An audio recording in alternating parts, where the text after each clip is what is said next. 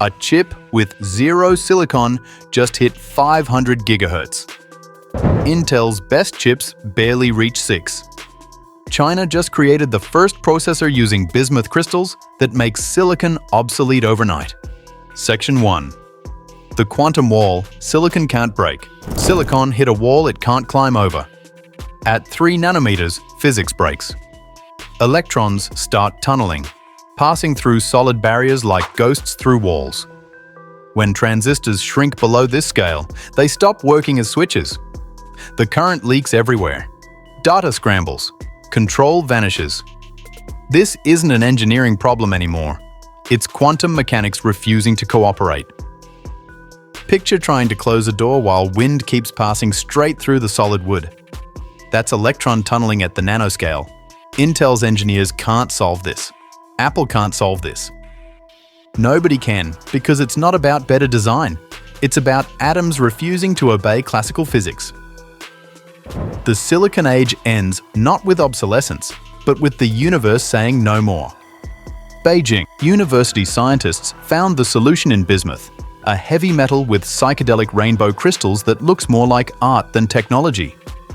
While silicon only controls electron charge, bismuth controls electron spin too.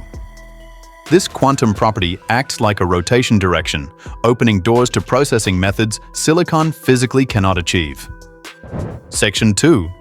Building the impossible processor. The Beijing team didn't just theorize, they built it. Layer by layer, atom by atom, they constructed the first functional silicon-free processor in history. Using gate-all-around architecture, they wrapped transistor channels completely in control electrodes. Some components measured just 0.5 nanometers thick, smaller than individual silicon atoms. 4 engineers worked for 18 months perfecting the fabrication process. They alternated bismuth and graphene layers with atomic precision, stacking 4 transistors in single blocks. Graphene provided interconnections so efficient that signal loss becomes negligible. Every connection, every junction, every pathway uses zero silicon. 12 technicians now operate the Beijing facility producing these chips. While still prototype scale, they're manufacturing functional processes that work. This isn't simulation or computer modeling. Physical chips exist, running benchmarks, proving silicon's replacement arrived. The revolution started in a Chinese university lab, but the implications reach every semiconductor company globally. Section 3. China's strategic bismuth monopoly. China controls 70% of global bismuth reserves. What seemed like a minor industrial metal suddenly becomes the new oil of computing. If bismuth chips scale to mass production, whoever controls bismuth, supply controls the next technological revolution. China didn't stumble into this advantage. They recognized bismuth's potential years ago. 5 Chinese mining companies already increased bismuth extraction by 400%, anticipating demand. Processing facilities that refine bismuth to semiconductor-grade purity expanded operations. The same strategic thinking that cornered rare earth markets now positions China to dominate post-silicon computing.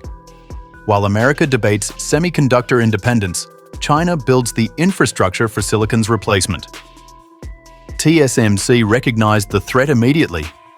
Partnering with MIT and Taiwan's National University, they're desperately researching bismuth applications. Intel formed emergency committees evaluating bismuth technology.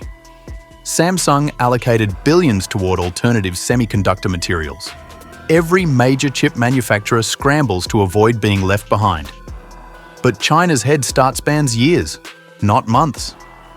The geopolitical implications terrify Western governments. Semiconductor sanctions against China become meaningless when China develops chips using materials they exclusively control. The entire global technology supply chain faces upheaval. Military systems, artificial intelligence, supercomputers, everything depends on processes that might soon require Chinese bismuth. Section 4. The manufacturing mountain to climb. Creating bismuth chips at scale requires rebuilding the entire semiconductor industry. Silicon has 60 years of refined production methods. Specialized equipment worth trillions exists solely for silicon processing.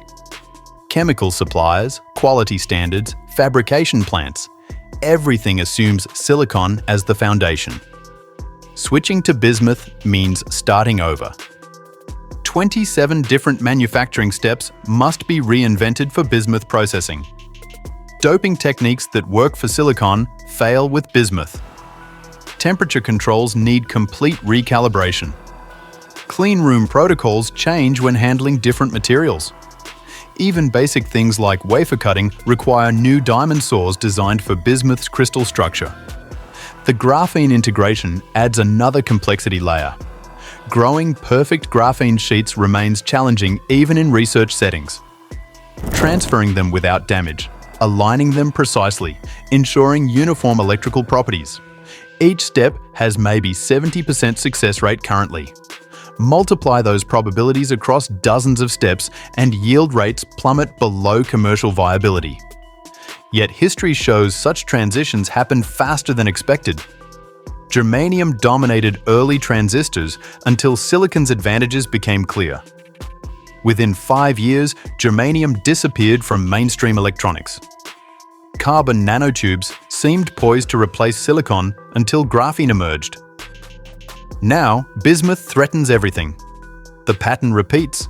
Incumbent technology seems unassailable until suddenly it's obsolete.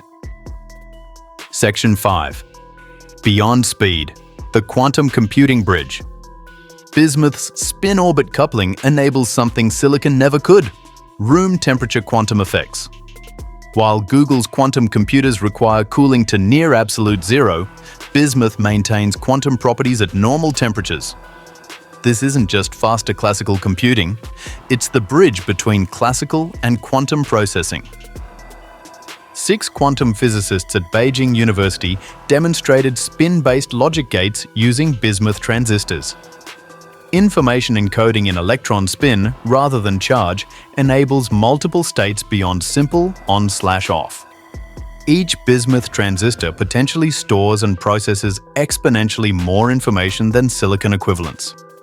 Quantum entanglement between bismuth atoms allows instant correlation across entire chips. Military applications drive secret research programs. Quantum-resistant encryption, unhackable communications, radar systems that see through stealth technology all become possible with bismuth processors. The US Department of Defense classified 17 research papers on bismuth semiconductors in 2024 alone. China likely has similar programs hidden from public view. Commercial applications extend beyond raw speed. Artificial intelligence models that currently require warehouse-sized supercomputers could run on desktop bismuth systems. Real-time climate modeling, protein folding simulations, financial market predictions, computational problems considered impossible become trivial. The technology doesn't just iterate on silicon's capabilities, it transcends them entirely. Section 6. The global race nobody expected. Silicon Valley's name itself becomes obsolete when silicon loses relevance. Tech giants built on silicon supremacy face existential threats from bismuth disruption. Venture capitalists redirect billions toward bismuth startups. University programs redesign curricula around post-silicon architectures. The entire technology ecosystem pivots toward a future nobody anticipated 5 years ago. Europe launched emergency bismuth research initiatives. The EU allocated 50 billion euros for semiconductor independence, now realizing that means bismuth, not silicon. Japan's government designated bismuth as a critical strategic material. South Korea's chaebols formed bismuth research consortiums. Every advanced economy recognizes the stakes. Technological sovereignty depends on mastering bismuth processing. Patent filings reveal the hidden race. Chinese companies filed 3,847 bismuth semiconductor patents in 2024. The US managed 892. Europe submitted 623. The numbers tell the story. China leads by multiples, not percentages. Their research papers dominate conferences. Their prototypes achieve benchmarks others can't match. the technological center of gravity shifts eastward. Mining companies see bismuth prices skyrocket. Previously selling for $6 per kilogram, bismuth now trades above $400. Exploration budgets that ignored bismuth deposits pivot entirely toward finding new reserves. Bolivia, holding significant deposits, becomes geopolitically critical overnight. Nations that never mattered in Silicon's era become kingmakers in bismuth's age. Section 7. The death and birth of industries. Silicon foundries worth hundreds of billions face obsolescence. ASML's extreme ultraviolet lithography machines, costing $200 million each, become scrap metal if bismuth chips don't need them. Taiwan's economy, built on silicon fabrication, must reimagine its entire industrial base. Millions of jobs disappear while different millions emerge. Software must be rewritten for bismuth architectures. Operating systems designed around silicon's limitations don't utilize bismuth's capabilities. Programming languages assume sequential processing that bismuth transcends. Every application, every algorithm, every line of code potentially needs reconsidering. The software revolution follows the hardware transformation. Investors who bet on silicon's continued dominance lose everything. Those who recognize bismuth's inevitability gain fortunes. NVIDIA's trillion-dollar valuation assumes silicon graphics cards remain relevant. If bismuth processors handle AI workloads better, NVIDIA becomes Kodak, a former giant who missed the technology transition. Every semiconductor investment requires re-evaluation through bismuth's lens. Universities training silicon engineers produce obsolete graduates.